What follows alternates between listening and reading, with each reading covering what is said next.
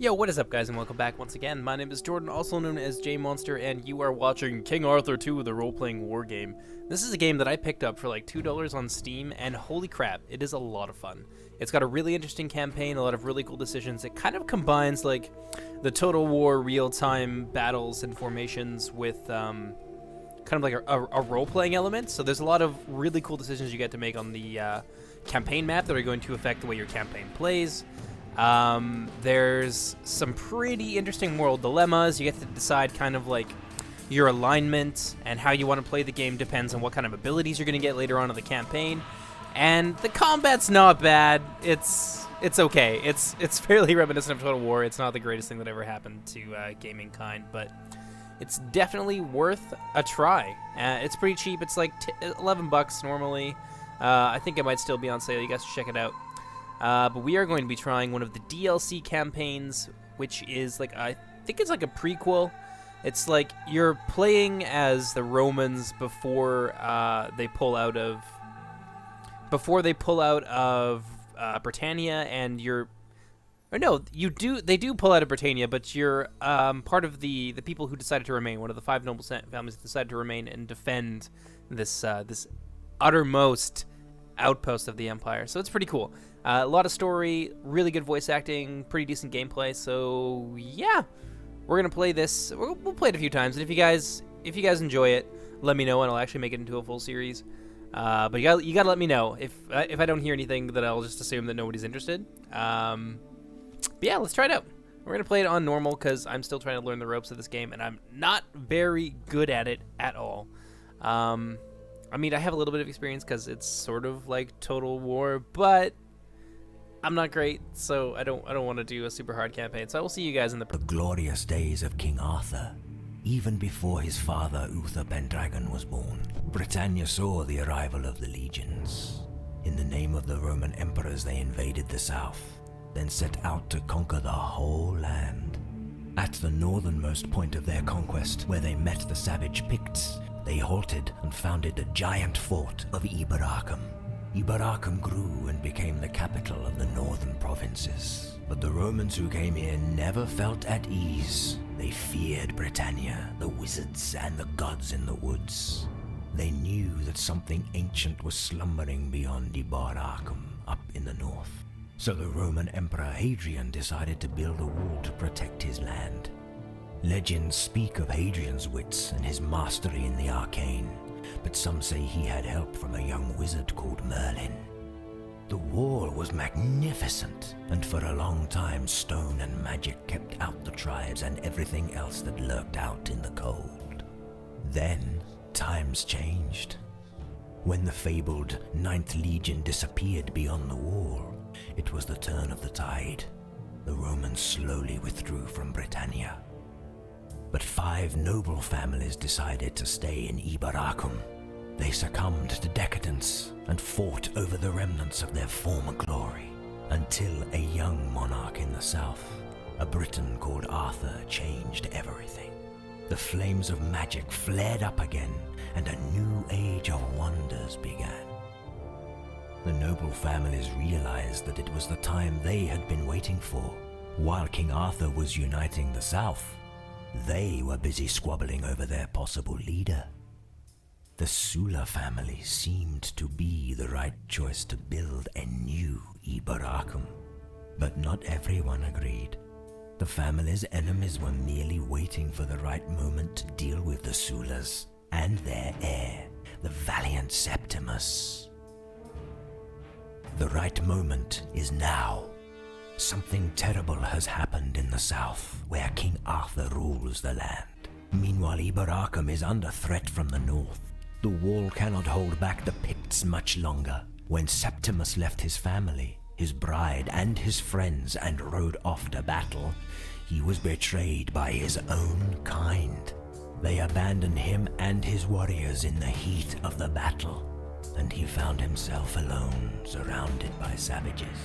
Still, he fought valiantly, until a fateful blow sent him sprawling to the ground. The Picts left him there, on the other side of the wall, in the firm belief that he was dead, and they were almost right. Septimus Sulla lay among the fallen for a very long time. And then, suddenly, he opened his eyes.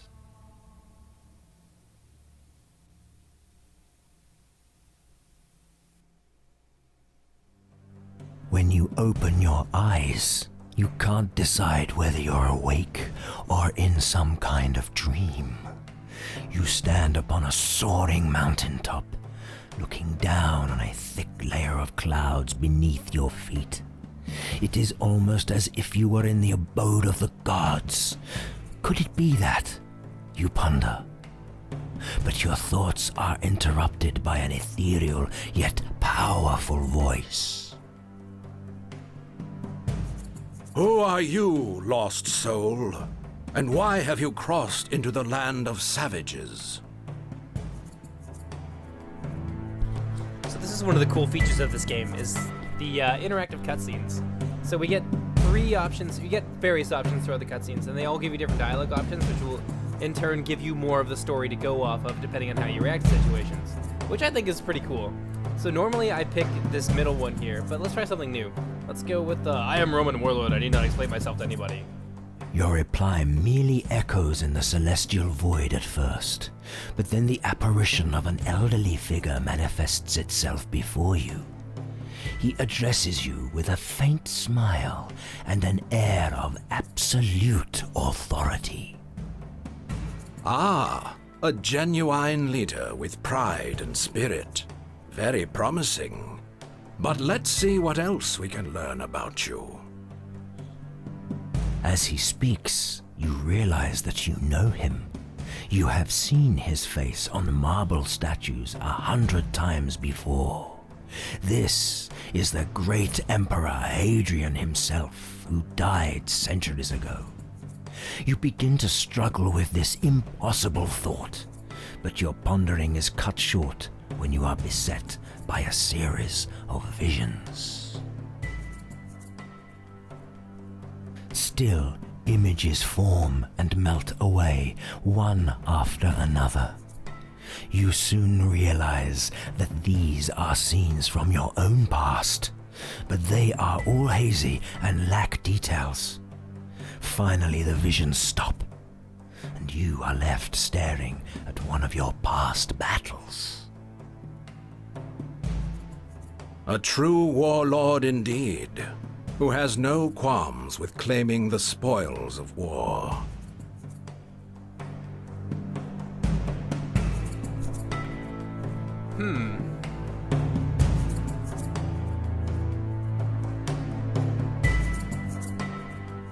I killed the chieftain and conquered the tribe. Let's do that.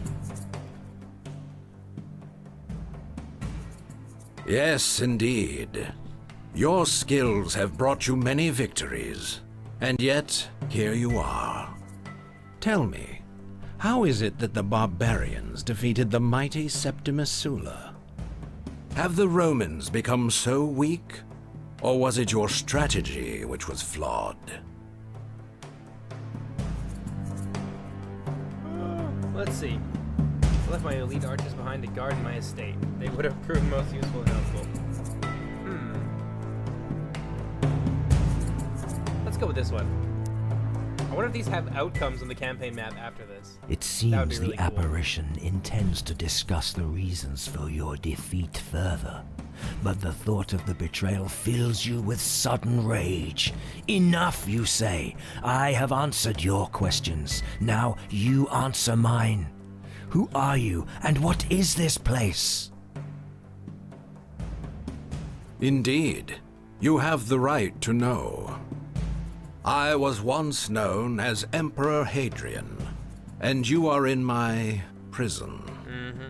As you know, I mastered the arcane arts in my life, and created many arcane objects for the glory of Rome. My greatest creation was the wall, and yet it is not the reason I'm here.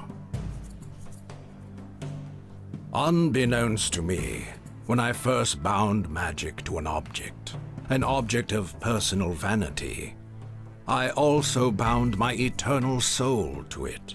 How do you accidentally Thus I became curse part yourself of my to living golden undead wreath, inside the unable golden to wreath? let it go, even after death.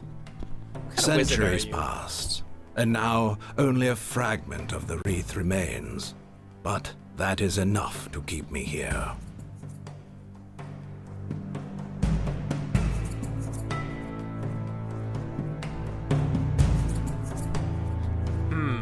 How did I get here?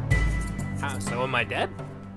You have been mortally wounded, yes, but your heart still beats. Still, you would have died had you not stumbled upon my wreath. That's It is fortunate that you fortuitous. did, for both of us. But your questions will have to wait. I must first show you something. Okay.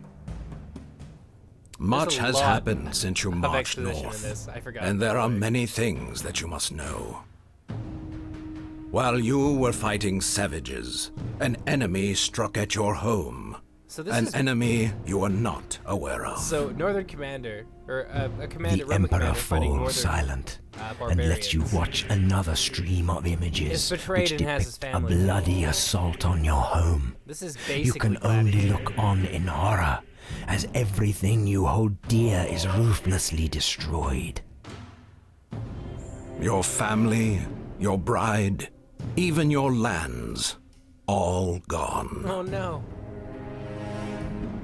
You have lost much, but you may yet save some of what you have. In this place, our powers combined can alter the very fabric of reality, Okay, then, and Captain thus we Planet. can change what is about to happen. But your life is fading away, and we cannot risk you dying. We can only make one change, so you must choose. Our first real choice. Let's see. Save the trading post. Filthy villagers won't help me extract my vengeance. Or exact my vengeance. They might. Save the village. I tend to play this as like the virtuous campaign. Like, we're gonna be a paragon of all things. You know, forthright and upstanding. So we're gonna save the village. Very good. You have now faced the past and the present, but you have not yet faced the future, and you must see it to know what you must do. Really? All your suffering, all the devastation you've seen, is just a prelude to something much worse. I thought it was inevitable, until your arrival provided us with a chance. But it all hinges on you now. Of course. Obviously, we're the chosen one. This is what will happen if you die. This is what will be if you don't walk the path that destiny has chosen for you. Our people have grown decadent and weak. Divided and leaderless, they cannot withstand what is to come. The members of your murdered family will have been the lucky ones. There is a reason you found me, Septimus, and together we shall face a monumental task.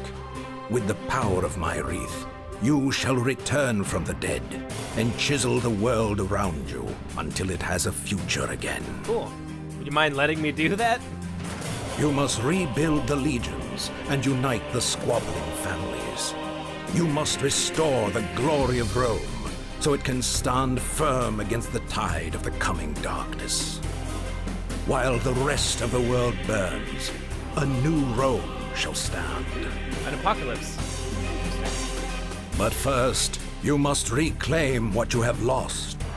You shall return home, bury your dead, rebuild, and gather your strength. Your people and your soldiers await you. There is much to be done before the name Septimus Sulla is known by all.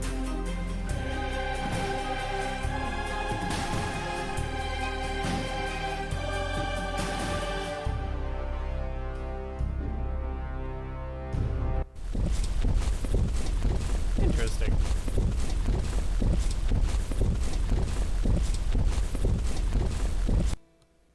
On your way home, you meet an army of Roman soldiers headed towards the heart of the Sulla estate. The leaders are retired Sula veterans, whom your father charged with taking some of the family treasures to safety when the rebellion started. After the Senate proved too slow to respond to the crisis, they took the initiative and used the funds to raise troops. I love that his father sends an entire army away with his treasures, but he leaves his family that behind. You lead them against Priorities, the rebels definitely in the right personally. place. Well done. Well, looks like we have an army. That's kind of nice. But what do we do with this army? Left click to view objectives. Eliminate the rebel army, bring myself to the Senate. Okay. Ready to serve. Ooh, a battle, you say? Yes, I see it. It's right there. It's got a big red circle on it. Stop.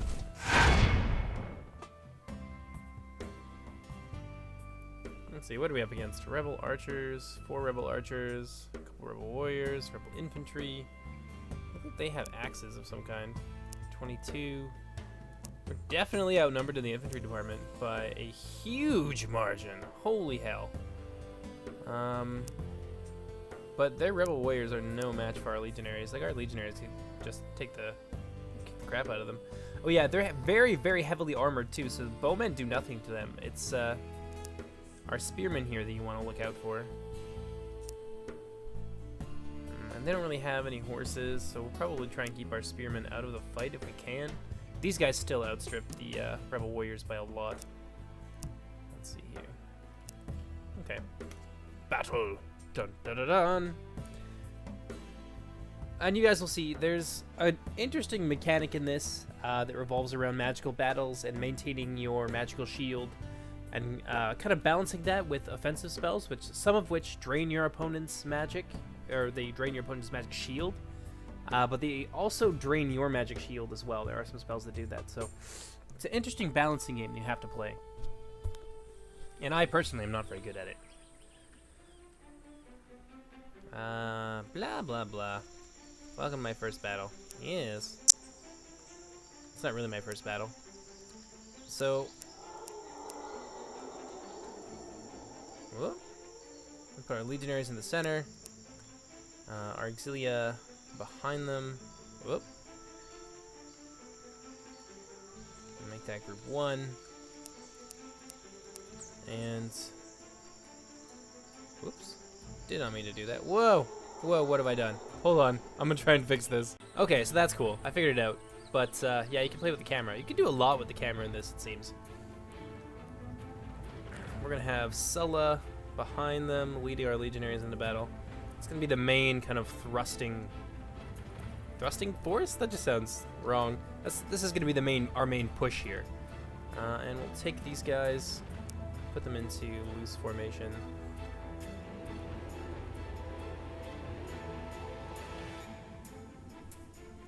Protect them with our spearmen, who are good at holding the line. They're not so great at killing infantry, but they are good at fighting like monsters and things like that, of which there are many in this game.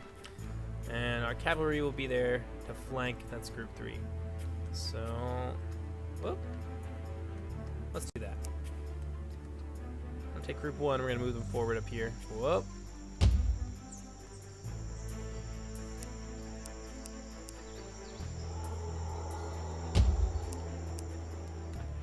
Whoop. Move them over here. Sulla in the middle. Oh, good. That one, they at least kept their formation.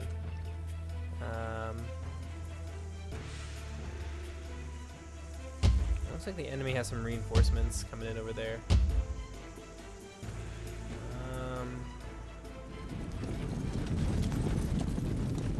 Yeah, 1, 2, 3 units of rebel warriors. No, 1 rebel warrior unit, 1 rebel infantry who are axes, and some rebel archers who aren't very impressive. All in all, this army, it looks really cool. Like, these guys look amazing. Like, look at that. They look like The professional enemy hero troops. is casting a spell. Oh no! Slow. I think you start with a random Your assortment of magic spells. shield is under normal strength. Oh no, what just happened? Ugh, that's really annoying. Okay, So we're going to rush these guys into battle because they can take just about anything the enemy can throw at us. Have you here to move these guys forward. Get your butts moving. And these guys are here to guard the flank of our archers and our spearmen. So good. We're doing pretty well. Got a good we've got a good solid advance here. Oh, these guys look so cool. Look at that. Like high fantasy Roman legionaries. It's ridiculous. Hold on. We'll play this a little bit. There we go. Much better. I can see that way better now.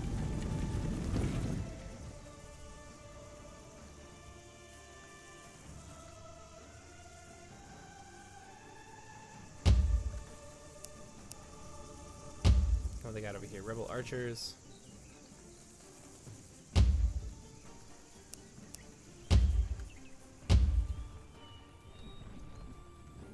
There we go. Oh no, they're already shooting at our poor auxilia, who I don't think have a whole lot of hit points. There is kind of a morale mechanic in this. It's called Will to Fight, but units don't break. No units will run away. I think it just decreases their combat effectiveness, like kind of like how it works in Dawn of War 2, or just Dawn of War, and Dawn of War 2, I guess. Oh, Rebel A spell Warriors. was cast. You want some of this?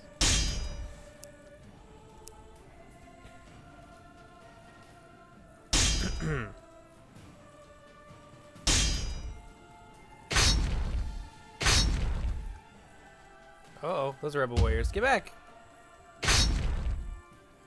Oh, what's happening here? Fire! Oh no, our cavalry's been ambushed! Oh, you bastards! A spell was cast. Well, looks like we're doing pretty well, though. Let's cast our own spell. Let's see if that... I think that slows down their attack as well. Oh no, just movement speed. Okay, so let's move Sula forward. Oh, he's chasing those Rebel archers. Go, go, go! Our spearmen are going for these archers who aren't really anything special in close combat. They'll just die. They'll die like dogs. It's beautiful. Let's have them shoot those guys. I think one of our archers... Oh no, they're getting devastated. I thought it was our horsemen in combat. Oh no. That's okay. Rebel warriors are at half strength now anyway. Yeah, they can barely even beat our archers. They're not really much of a threat in melee. Whoa, everyone else is shooting though. Stop what you're doing. Fire! Oh no, that's them shooting us. Go, spearmen! Attack! Looks like our legionaries took very minimal losses. Yeah, there we go. Hopefully that works. I think they can't block that spell anymore. Their magic shield isn't high enough. So our legionaries should catch up to these guys. Go!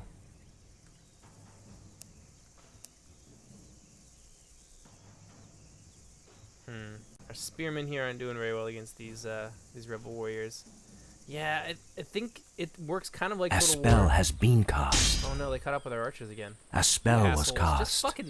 Just screw off. What do we got over here? Rebel warriors. Break up one of our cav. These guys are about to get hammered and anviled. Straight to hell. It doesn't really seem to be charge, really like any kind of serious charge impact in this. How are we doing over here? Oh, our poor legionaries. What are they fighting? Oh, they're fighting the general. That's why. That's why they're not doing great. You guys can stop that. Probably shooting our poor legionaries in the back. Where are these guys coming from? There's just more and more of them.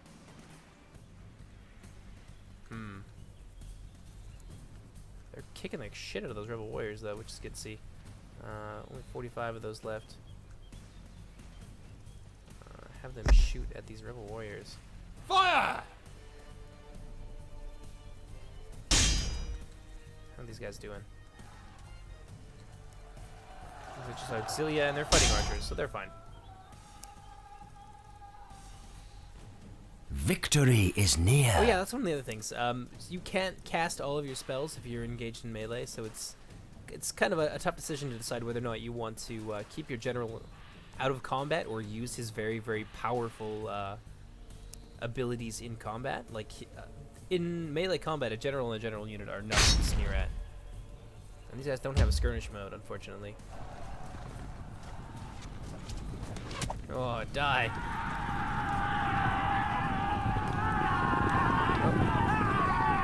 There we go. Sorry, I'm new to this whole camera thing. Oh, run, boys! Here comes the cav. To the rescue. Oh, finish those guys off. What is this random arch just doing out here? Oh yeah, they give you spells. There's battlefield objectives in this, like in Shogun. But they give you spells to your repertoire, which can be actually quite potent. One of them is a thunderbolt spell, and it's really good. It's ridiculous. It can wipe out whole units. Yeah, we lost quite a lot of soldiers, most of whom were archers. That's not so bad. We did lose. Oh yeah, there's lots of monsters in this too. Like, they're basically like chaos demons, but they're like primordial kind of fairy tale creatures. Like there's giants and there's like big like serpentine kind of things. I'm not sure what those little lizard men looking infantry units are, but spearmen are generally really effective against monstrous units, as they are in the upcoming Total War title. What did we win? A bitter banner and a soldier's mace. Oh, we destroyed the rebels. Left click to view objectives. That's cool. We eliminated the rebel army, so that portion of that is finished. Viper's Nest, so now we gotta do that next. Yes, I get it.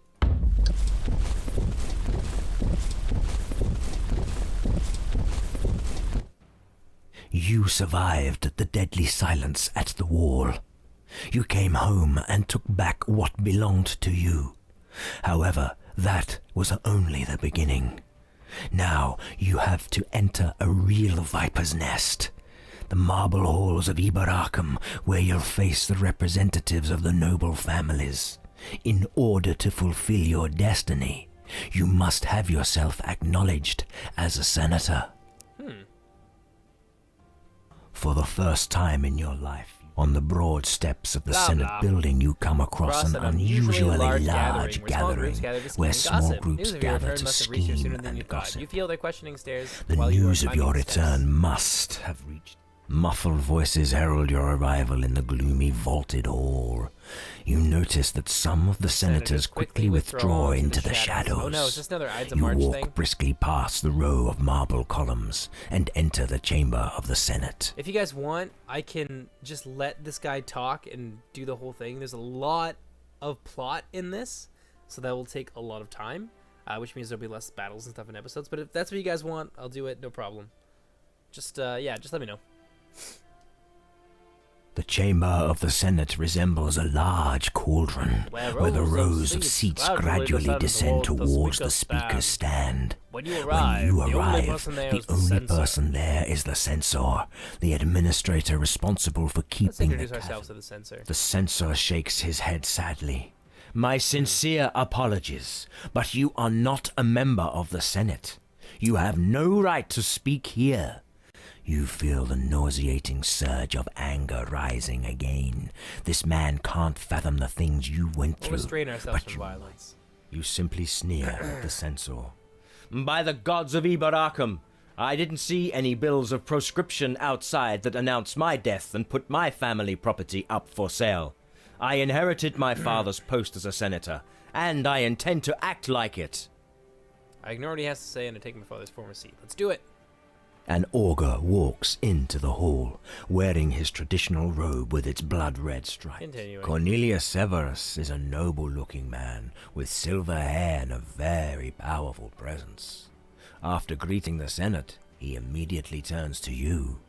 I see that Septimus Sulla is making an unexpected appearance among us. May I ask for his formal acceptance into our ranks? Yes, you may. The senators argue among themselves for a while, carefully weighing every word. It takes a while until the noise in the hall subsides. Then an elderly member, the aging senator, puts your request to the vote, and the senators reach a unanimous agreement. Afterwards, Cornelius Severus walks to the speaker's platform, but only to ask you to speak. Senators, you begin bitterly. You ordered me to the wall to help the Caracalla family against the invading Picts. And then I was left alone, betrayed by those who sought my help. Lies, shouts one of the Caracallas. We had to move back to our states to defend ourselves. No way we're letting the interruption slip. Let's openly accuse them. You Let's go right for glare it. at Senator Caracalla. Your estates were far away from any danger, and the place where you set up your camp is a day's walk from the wall.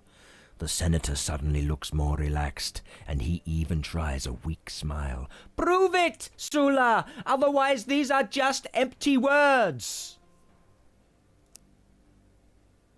Senator Caracalla continues. Due to some unforeseen circumstances we were delayed. That much is true.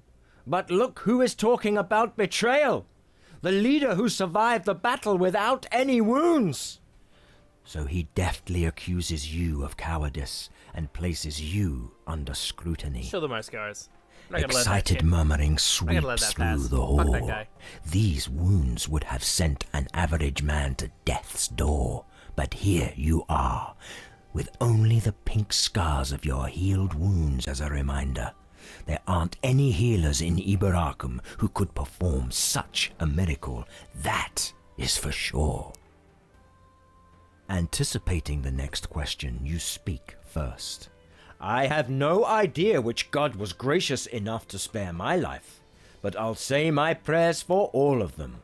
You say, trying to head off any accusations. Or perhaps it was a demon, roars Caracalla. Man, fuck that guy. Your family betrays me and leaves me to die, and I get to accuse me of witchcraft? Let's see. I asked the augur's opinion. Yeah, let's do that. Considering the nature of the miracle, the act of healing suggests a divine intervention, answers the augur carefully. Oh, He take looks that, like he wants to Caracalla. add something, so you quickly silence him with a curt nod. Yeah, shut your hole. You've done your job. Most of my warriors died in that battle. I was left for dead, bleeding from my wounds, and it is a miracle that I survived. And for what? To come home and see my family destroyed, my estates burned to the ground? I stood up for you and you betrayed me. It's pretty The brutal. senators exchange ashamed glances. Instead of the usual commotion, Let's talk about this the time, existence of I'm the talking conspiracy. about the series of seemingly accidental events that somehow still led to the destruction of my family. Don't they sound suspicious? Should I also mention the absence of the Caracalla family from the battle? Or the unknown soldiers who looted my lands? The senators can't contain their anger anymore. The noise quickly becomes deafening. These are only assumptions. We demand proof. However, you sense uncertainty in the air that is far from the angry disbelief that they display. I sow some more seeds of suspicion. Hell yeah. Stick it to these Caracallas. I can't prove anything. Glorious return and from the that's dead. the beauty of it. The conspirators were clever, but you are mistaken if you believe that the destruction of my family will be the end of this. I fear that those behind these machinations have a much greater goal: to rule New Rome.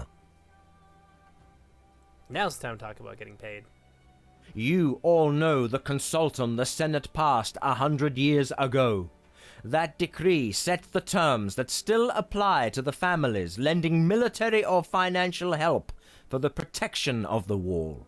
Namely, that all losses sustained must be covered by the other families. It's a pretty good The piece of Sulla legislation. family defended the wall, and thus the whole realm against the tide of the Picts. And what was the price we paid? We lost everything. Our soldiers, slaves, and estates are gone, not to mention the personal losses. I demand compensation. Seems fair. I think the claim of Septimus Sulla is justified, Cornelius Severus says. We all know that the Caracalla family was a frequent beneficiary of said decree during the last decades. Why should we refuse to compensate the Sulla family for the same service to the realm? Why indeed? I tell the Senate about the compensation that I want. I'm just gonna tell them. The Masala family has an army of slaves at its disposal. They could easily provide me with the servants I need. the Severus family could furnish me with the armor, weaponry, and equipment that my new army needs. All was lost when my lands were pillaged. I mean, we do sort of have an army at the moment, but that's fine. The Quintus family could send me a host of armed men and officers to train them, while the Caracallas could supply me with money of an amount to be determined by the Senate. I like it. Bold. Ovidius Caracalla, the elder of his family, jumps to his feet. He claims that he is unable to pay compensation. With the constant threats from the huge picked armies at the wall, he should be the one asking for money, not the other way around. This is a tough decision. I don't want to push them too far. I don't want to be too aggressive with my claims. So we could let them settle them on their own. But I feel like the Caracallas are going to manipulate everybody, and we're probably not going to get as much. So we can propose a solution and make the Caracalla, and we can potentially seem unreasonable. But if the Caracallas keep shooting us down, then we might be able to kind of turn that around to them and be like, "Hey, what's your problem? Where'd all your money go?" I don't know. Let's see what happens. Considering the request made by the head of the Caracalla family, I pledge that I will use the compensation that is due to me to build an army and defend Hadrian's Wall from the western sea to the foothills in the east, if you give it me as my province. Give it me. Interesting syntax there. Continue. Yes.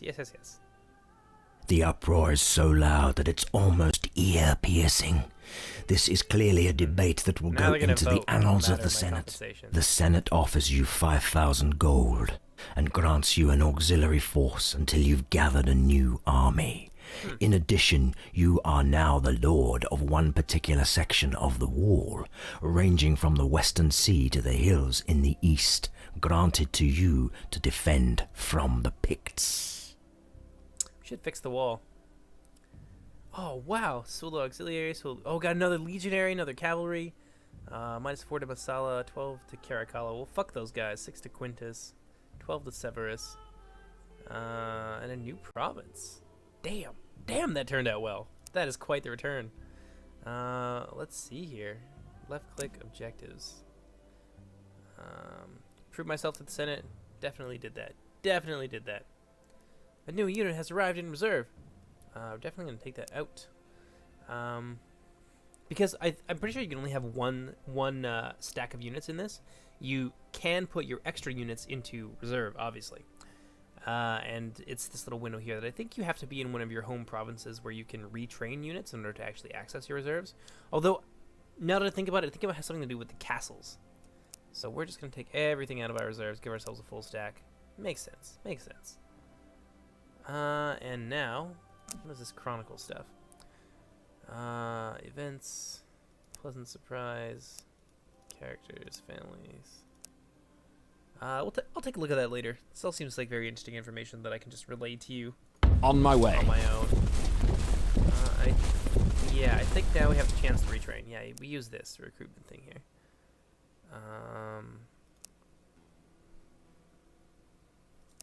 Definitely need to recruit all of these guys. Sure. We'll just retrain everybody. Makes more sense. We want a healthy force here because I think there's a whole bunch of oh, excuse me. I think there's a whole bunch of bandit raids and things like that. That's the end of our first turn. Woo! Army's back up to full strength. Beautiful. Okay, so that's the basic tutorial. We'll get more stuff later. Hera Septimus Sulla, finest commander of the provinces. The mighty Senate of Eboracum orders you to move to the north. The marauding Picts have crossed the wall again, and they are wreaking havoc in the countryside. We need you there to assist the Caracalla family by driving the Really? Picts The out Caracallas want my help? They have an army. I just lost one. What do you guys want from me? Well, I suppose technically it's in my province, so I have to do something about it. But that's going to be the end of the first episode. You guys can tell me if you would like the series to continue. Looks like we do have another battle up here with the Picts and potentially a little bit of support from the Caracalla, although I bet you any money that they sit on their ass and do nothing. But yeah, it's an interesting little game. I think it's still on sale on Steam. You should pick it up if this video kind of piques your interest in it. It is definitely worth it. It's got some really cool RPG elements mixed in there with real-time strategy and the whole empire building thing that we all know and love from like Civilization and Total War and things like that. But yeah, that's the end of the first episode. I hope you guys enjoyed. Let me know what you think of it, and if you want, we will do more. But I think we're gonna see some Battle for Middle-earth coming up next, rather. Yeah, an episode of the evil faction and an episode of the good faction. That's probably what you're gonna see tonight. So I hope you guys enjoyed, and yeah, take care. Bye bye.